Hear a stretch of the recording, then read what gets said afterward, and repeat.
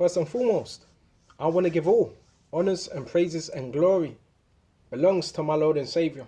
His name is Yahweh, Bahasham, Yahabashai, Bahasham, Wahavakar Kwadash. The name of the Heavenly Father is Yahweh, and his son's name is Yahabashai, and who I reverence and honor to the elder apostles of Great Millstone that taught me this truth, and those of you that are in the Holy Spirit, and to the hopeful elect across the globe, and to the few, the very few brothers and sisters listening and also learning in the hopes of being saved in these last days.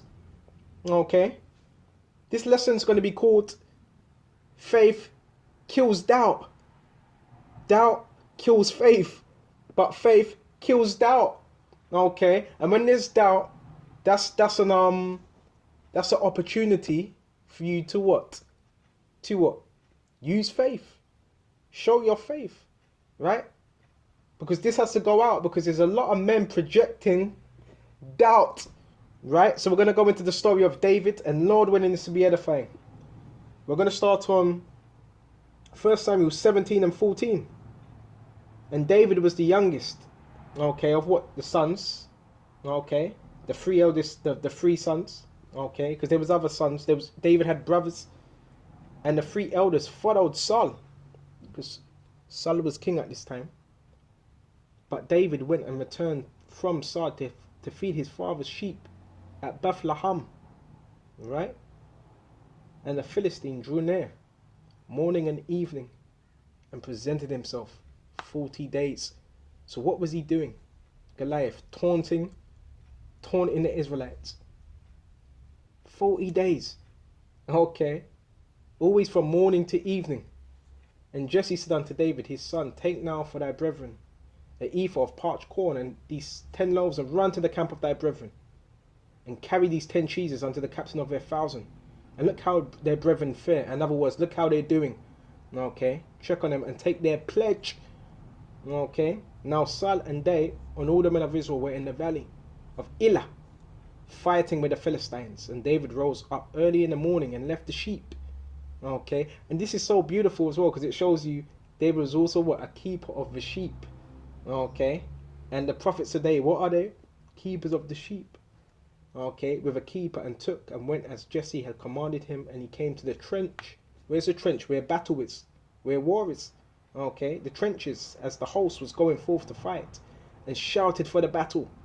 For Israel and the Philistines had put the battle in array, an army against army. And David left his carriage in the hand of his keeper of the carriage, and ran into the army, and came and saluted his brethren.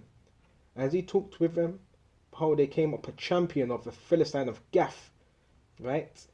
Goliath by name, out of the armies of the Philistines, and spake according to the same words, and David heard them, right? And he was always mocking the Israelites, and all the men of Israel, when they saw the man, fled from him, and they were sore afraid, right? So we're going to stop right there, and let's quickly grab this as well. And it says, and they fled from him, and they were sore afraid.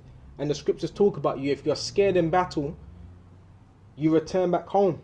So it was doubt that caused them to what? Be faint. Quickly go to Deuteronomy 20 and 8. Okay. Doubt spread. It spread amongst what? The Israelites. Okay. Even Saul at that time as well was scared. Let's go to Deuteronomy 20. And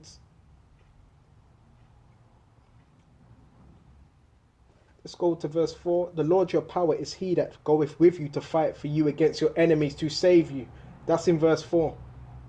Right? Now let's go to verse 8. And the officer shall speak further unto the people, and they shall say, what man is there that is fearful and faint-hearted? Let him go and return to his house, lest his brethren's heart faint, as well as his heart, because it's contagious. And that was spread. Be one man in the camp, okay, and he'd be spreading it to the rest of the body. And that's why you've got today men in camps, but what spirit are they in? Because if you're doubtful, it's just going to spread. No matter how faithful you claim to be, it's going to spread. It's contagious, right? Like a virus. Bear me just a minute. So now we're going to go back to Samuel's. Right? So where was we? Okay, we're on verse 24. of Samuel's. And all the men of Israel, when they saw the man, they fled from him and were sore afraid. Why? Because of doubt. And the men of Israel said, have ye seen this man that is come up? Surely to defy Israel is he come up? Right? And it shall be that the man who killeth him, the king will enrich him with great riches. Okay? And give him his daughter, and make his father's house free in Israel. And David spake to the men that stood by him, saying, what shall be done to this man that killeth this Philistine? So David, he wouldn't, well, what shall be done to this man that killeth this Philistine? What's he going to get? And take away the reproach from Israel. Because that's what he was doing. Okay? He was mocking, okay, our power. For who is this uncircumcised Philistine? Because that was their custom, not to be circumcised, that he should defy the armies of the living power. And the people answered him after this manner, saying, so shall it be done to the man that killeth him. Right? So, in other words, they were saying, all those things that the king was going to enrich him with the riches, that was going to be given to the man that killed him. So there was a reward for this man. Okay. You could kind of say, yeah, like a bounty. He was going to get a reward for it. And Eliab, the eldest brother, heard when he spake unto the men. And Eliab's anger was kindled against David. Why? Because he was jealous. Okay. And he said, why camest thou down thither? And with whom hast thou left those few sheep in the wilderness? I know thy pride and thy naughtiness of thine heart. So he was accusing David, okay, of being mischievous. When his father told him to go down there, bring some cheese, and help him in the trenches, for thou art come down that thou mightest see the battle. Right? And David said, what have I now done? Is there not a cause? So he's getting angry at his brother. And he turned from him toward another, and spake after the same manner. And the people answered him again after the former manner. And when the words were heard, which David spake, they rehearsed them before Saul, and he sent for him. And David said unto Saul, let no man's heart fail because of him. You see? So David, what did he have? Great faith. Let no man's heart fail because of him. Right? Because he was known as a champion from his youth. Thy servant will go and fight with Philistine. And Saul said to David, thou art not able to go against his Philistine to fight with him. Saul was casting doubt.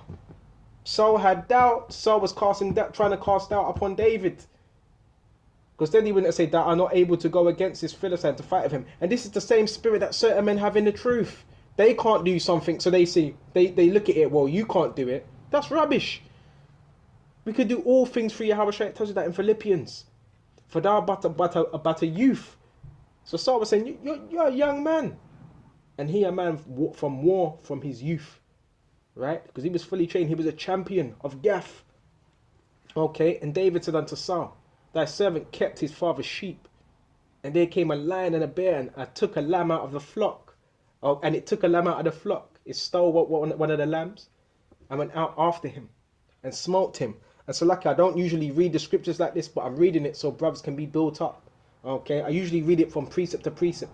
I went out after him and smote him, and delivered it out of his mouth. So he smote a bear and a lion, and delivered the sheep, okay, the cattle out of his mouth. So even David, he had experiences with what? Battle.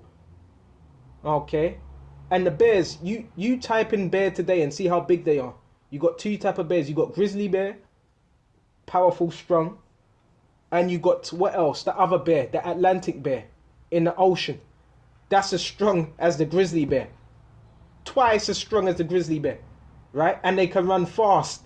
Okay, you see that if they stand up, they're taller than you. So can you imagine back then how strong these animals were? Can you imagine how strong David must have been? And caught him by his beard and smote him. It's talking about a lion, and slew him. And the servant slew both the lion and the bear, and this uncircumcised Philistine shall be as one of them, seeing he hath defied the armies of the living power. Confidence. David said, moreover, and see, this is the thing. Men may say, well, these are my role models, so you got to follow that example of what? Your so-called role models. By what? Exemplifying, if that's the right word, that faith that they had. And David said, moreover, the Lord Yahweh that delivered me out of the paw of the lion. See, he acknowledged that it was Yahweh that delivered him out of the paw of the lion and out of the paw of the bear. He will deliver me out of the hand of this Philistine. And Saul said unto David, go, and the Lord be with thee. And so armed David with his armor and put a helmet of brass upon his head, and also armed him with a coat of mail. Right? And David girded his sword upon his armor. And he essayed to go, for he had not proved it. And David said unto Saul, I cannot go with these, for I have not proved them. And David put them off him. Why? Because David, he wasn't used to all that armor and all that. It's not fitting to him. Right? Didn't feel right. Right? And he took off his staff in his hand and chose him 5 stones out of the brook and put them in the shepherd's bag which he had, even a scrip, and in his sling. So he didn't need all that armor, all that extra stuff. A few smooth stones, a shepherd's bag, which would be known as a pouch in today's terms, even a scrip, and his slingshot. And Benjamin's known for the slingshots, was in his hand, and he drew. And David wasn't a Benjamite, by the way. He was Judah, okay. And he drew near to the Philistine to approach to him, and the Philistine came and drew near to David, and the man that bare the shield went before him. And when the Philistine looked about and saw David, he disdained him, for he was but a youth and ruddy, okay, and of a fair countenance, okay, looked young.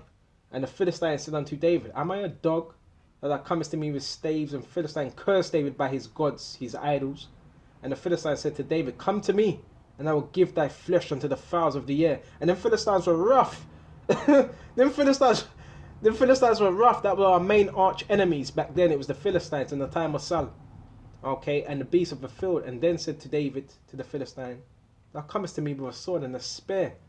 Okay, all this extra stuff. And with a shield. But I come to thee in the name of the Lord of hosts, armies. Okay, Yahweh, I'll show the power of armies. The power of armies of Israel, whom thou hast defied. This day will the Lord deliver me into thine hand, deliver thee into mine hand. See, faith, there was no uncertainty. And I will smite thee and take thine head from thee. And I will give the carcasses of the host of the Philistines this day unto the fowls of the air. Okay. And to the wild beasts of the earth. So he was also prophesying of what he was going to do before he was doing it. But all the earth may know that there is a power in Israel. And all this assembly shall know that the Lord Yahweh shall save, not by the sword or nor spear. Okay, for the battle is the Lord's, which we read in what Deuteronomy. The Lord shall be with you to fight for your enemies. That's in the law. And he would give you into our hands. And it came to pass when the Philistine arose, okay, and came and drew nigh to meet David, and David hastened and ran toward the army to meet the Philistine. And David put his hand in his bag and took thence a stone, okay, and slang it and smote the Philistine in his forehead, right?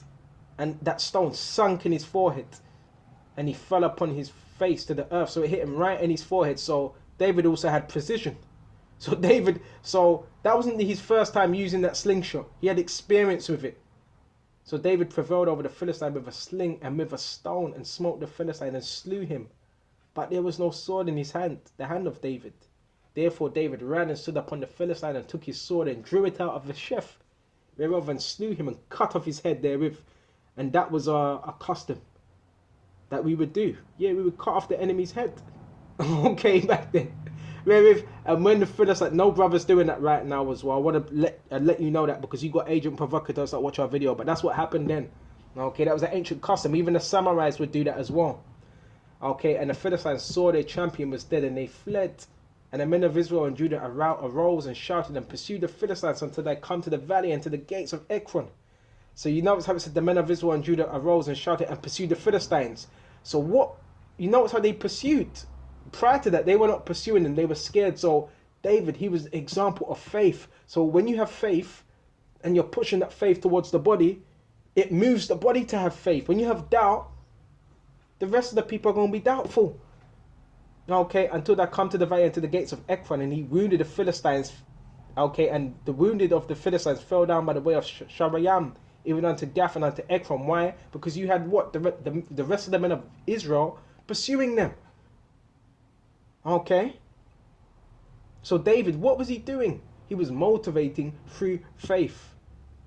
And the children of Israel returned from chasing after the Philistines, and they spoiled their tents. And David took the head of the Philistine and brought it to Jerusalem, but he put his armor in his tent. Okay. Then basically that's it. But there's more. That's why you got to read these stories. It's about faith. right? And what is faith? We're going to go to it. Okay. Let me just a minute. Come on. Bear me just a minute. Quickly go to Hebrews 11. So now let's grab Hebrews 11. Okay. These things were written for our learning. So when you're feeling like low in faith, and again, yes, it happens to all of us. It's happened to me several times. But then, it's what do you do in a time of doubt? Do you draw back or do you draw forward? Let's go to Hebrews 11:1. Now faith is the substance of things hoped for, right? The expectation, and for the evidence of things not seen, right? So the faith we have is the strongest substance. Okay. It's more precious substance than any jewel, than any money, than anything out here. And it's the things hoped for. Faith is the things hoped for. And what do we hope for? To be rated with Yahweh, to be what part of them first fruits and retain salvation and the evidence of things not seen. So it's not seen, because if you see it, then why would it be faith? You wouldn't need no faith. If you knew you were of the elect, you would just be putting your feet up, which a lot of men are doing that anyway. So they obviously, that shows you what mindset they're in. Okay. But it's the evidence of things not seen. Okay, there's a phrase in the world, see it to believe it. I've got to see it to believe it. Well, that's not faith, is it? Did you have particular disciples that had to see particular things to believe? Yes, but that's not exactly faith, right? So now we're going to go to that word doubt and look it up and see what we got here. Doubt and dread, fear, afraid. So you got men that have the unbelieving spirit, which is an evil spirit, and their job, you have certain men that are set up in this truth also, their thing is to push dread. Okay. You got men that are set up in the spirit of Satan, because what does Satan operate on? He feeds on fear. He feeds on doubt. Right? But how do you attack that? By operating in faith. Because you're going to get men that say, yeah, tap out. You're going to get men that say, shook. You're going to get demonic men that say that. But really, they're shook. Really, they don't have the faith. And these things are being seen. So if you do, work on it. If you have little faith, it's still faith. Work on it. Okay, and how do you work on it? By studying, by reading, by praying, by going on walks, by building up your relationship between Yahweh Shai. That's how you work upon these things. By going through experiences, by communicating with people. That's how you build up this faith. Right? But if you haven't done that, then how is your faith being built up? That's why it's a blessing when you go through things. That word doubt, afraid, from Latin, dobite, to hesitate, to question. So you don't want to be doing videos where you're questioning everything. What's going to happen here? Oh, Esau, he's doing this, he's moving in with this. How are my children going to eat? How am I going to eat? Maybe if I can't go to the store, what's going to happen with my job? What if this happens? And that's going to happen. That's because of doubt has set in and is overtaken you. You're wavering, you're uncertain.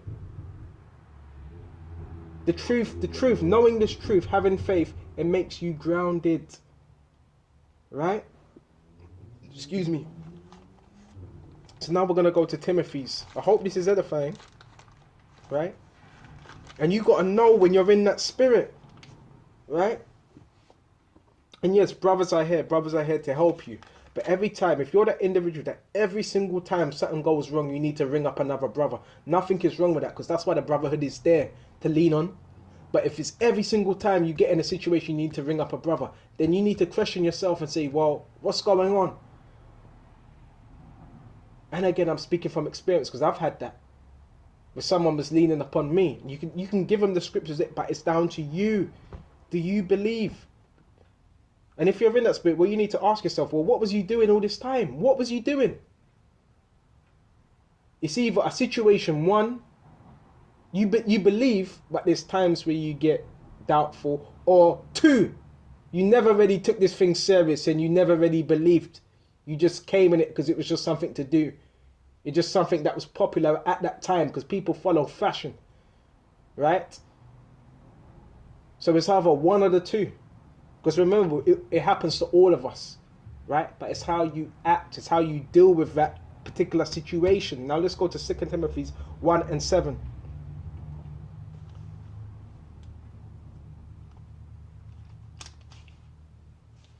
2 Timothy's 1 and 7. Here we go. For the Most High have not given us a spirit of fear. Right?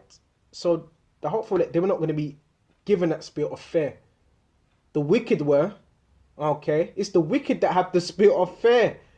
Okay? But of power, and this word what is powerful, and of love.